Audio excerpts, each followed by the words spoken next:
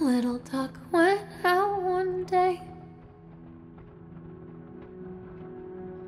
over the hills and far away. Remember The Secret World? It was, and is, a Funcom-developed MMO set in a modern world that's been overrun by occult forces. And the park is a horror-themed first-person narrative experience which takes place in the Secret World's mythos. You play as Lorraine, a self-described bad mother who finds herself after hours at an amusement park searching for her lost son, Callum. Callum? Naturally, things get weird and creepy from there. Where are you, Callum? The developers are very upfront about what the park is.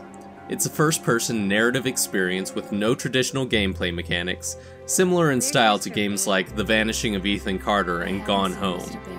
You interact with specific items in the environment, which will either trigger a story event or zoom in on a note or newspaper clipping that delves into the park's backstory. You can also call out to Callum, which will give either an audio or visual clue as to which direction to go. You won't find any puzzles here, and your only real choices are whether to explore an area left to right or right to left. And that's fine in theory. I've enjoyed a number of games in this style, but there are no enemies pursuing you, and with no foes to engage with or avoid, there's no real sense of danger. Since the game intentionally avoids using gameplay mechanics to build horror, it's strongly reliant on jump scares to maintain its tension.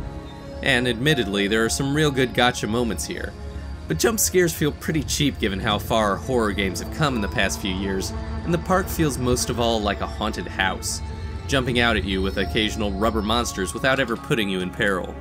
Maybe it's no surprise that the park's most effective sequence takes place inside a literal rubber monster-infested haunted house.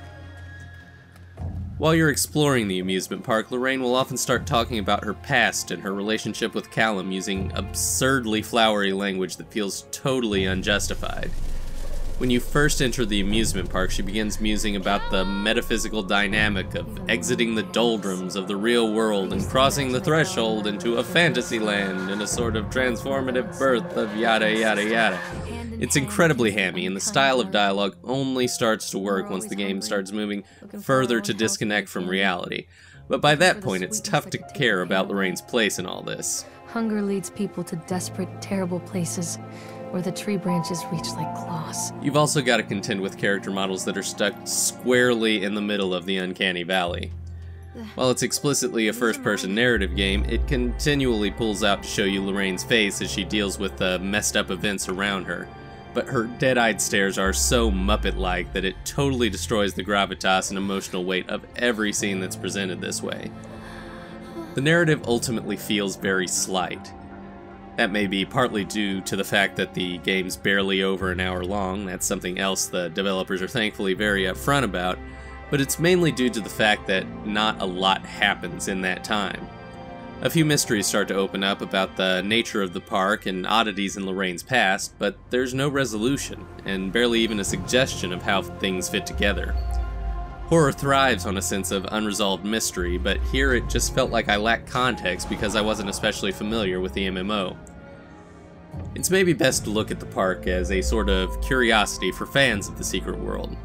After all, it does include multiple items that come back into the MMO. But without that context, the park doesn't really have a point.